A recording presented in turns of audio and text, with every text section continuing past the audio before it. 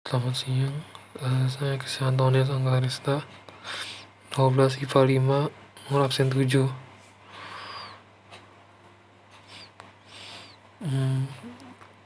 Ini saya akan membahas tentang alkali tanah. Sifat fisika dapat mengantarkan panas dan listrik. Sifat kimia reaktif dan mudah terbakar jika direaksikan dengan air. Sebenarnya seluruh unsur alkali tanah dapat ditemukan di alam dalam bentuk logam. Logam alkali tanah warna putih, berkilau dan reaktif pada suhu dan tekanan standar. Logam ini banyak ditemukan di laut dan batuan mineral dalam bentuk senyawa karbonat, silikat, atau sulfat. Logam alkali tanah bereaksi dengan gas H2 menghasilkan garam hidrida LH2. L sama dengan BeMgCaSrBa. Contoh Ca tambah H2 menjadi CH2. Kalsium hidrida. Logam alkali tanah bereaksi hebat dengan halogen X2 menghasilkan garam hidrida LX2. Contoh X sama dengan FClBrI. Contoh Ca plus Br2 menjadi CaBr2 kalsium bromida.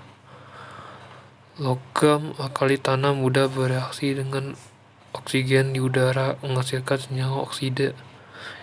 L tambah O2 menjadi 2LO.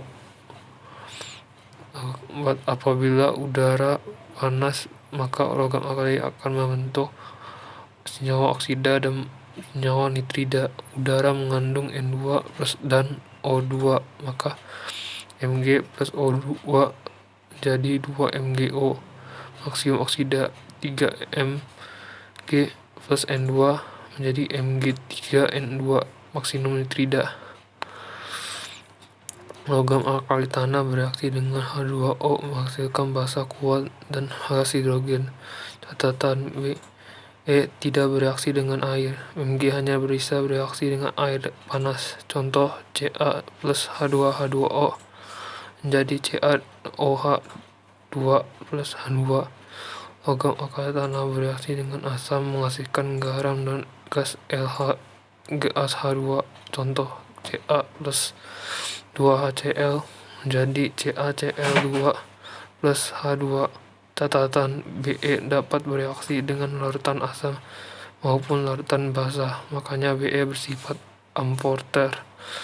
Dalam suasana asam Be plus H2HCl jadi BeCl2 plus H2.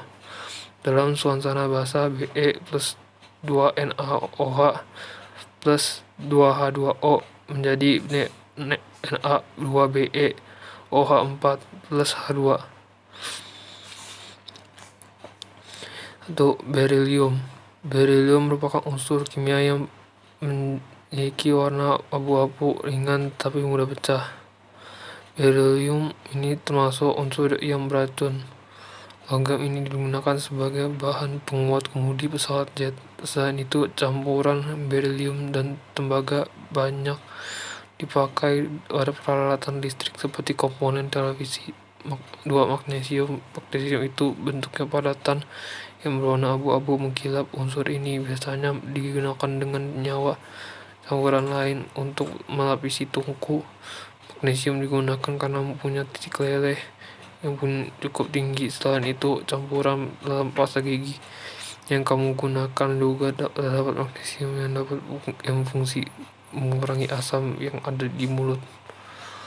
3. Kalsium adalah unsur yang banyak terdapat pada susu. Ini bagi manusia berfungsi sebagai pembentukan tulang dan gigi.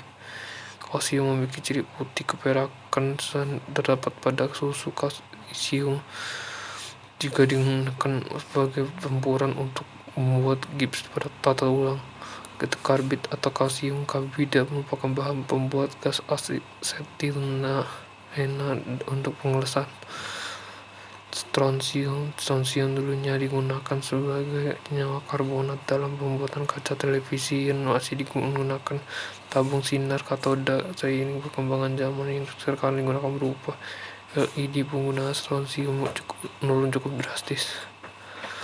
Barium alami yang paling umum ditemui di alam ialah barium sulfat yang digunakan sebagai obat untuk menderita gangguan pencernaan. Kemudian ada barium karbonat yang digunakan dalam racun tikus. Barium memiliki warna keperakan dan sifatnya yang lunak.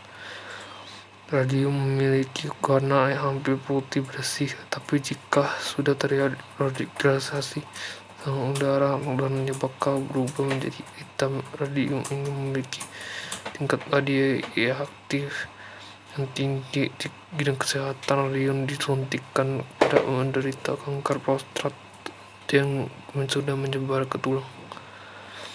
Terima kasih.